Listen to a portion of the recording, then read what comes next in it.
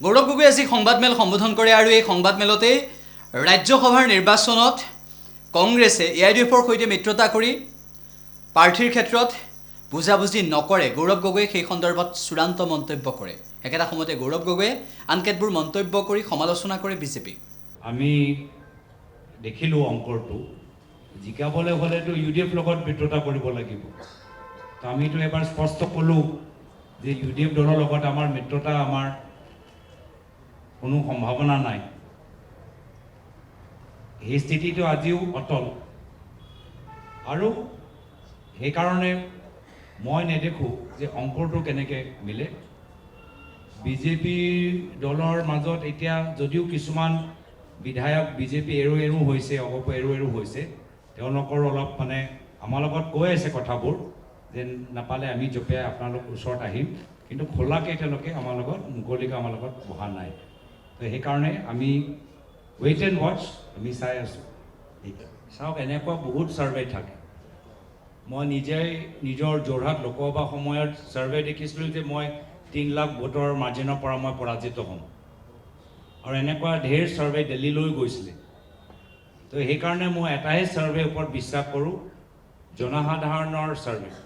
আৰু জনসাধাৰণ যিদৰে আমাৰ মাজত আহিছে এই কথাটো নিশ্চিত যে ভূপেশ বাঘেল ডাঙৰীয়া কোৱাৰ দৰে যে আমি সকলোৱে অনুভৱ কৰিছোঁ যে অসমৰ মান পৰিচয় আছে, অসমৰ স্বাভিমান আছে, অসমৰ ইতিহাস আছে, আমাৰ এটা সংস্কৃতি আছে, আমাৰ এটা আইডেণ্টিটি আছে, যি লৈ আমি গৌৰৱ অনুভৱ কৰোঁ।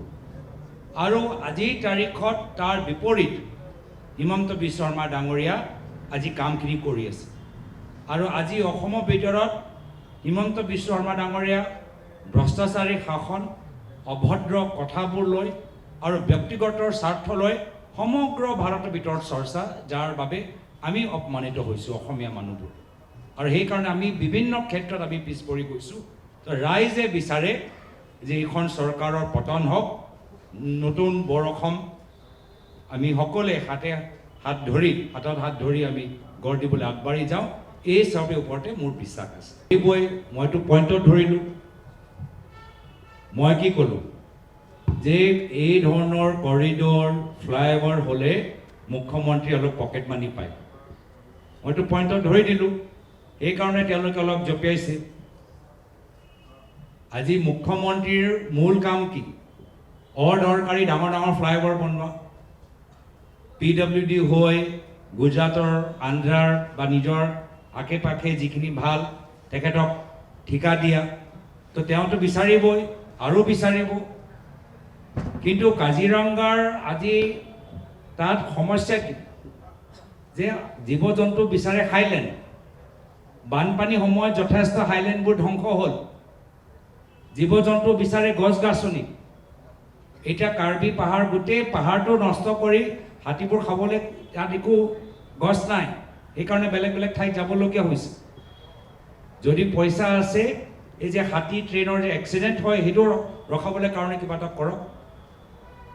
তো সেইকাৰণে আমি যিটো পইণ্টত ধৰিলোঁ যে এয়া হ'ল হিমন্ত বিশ্ব শৰ্মা ডাঙৰীয়া ফ্লাইঅভাৰ, এলিভেটেড কৰিডৰ, অলপ পকেট মানি সময় এটা সুযোগ, তাৰ বাবে তেওঁলোকে মোক অলপ বেয়া পাইছে।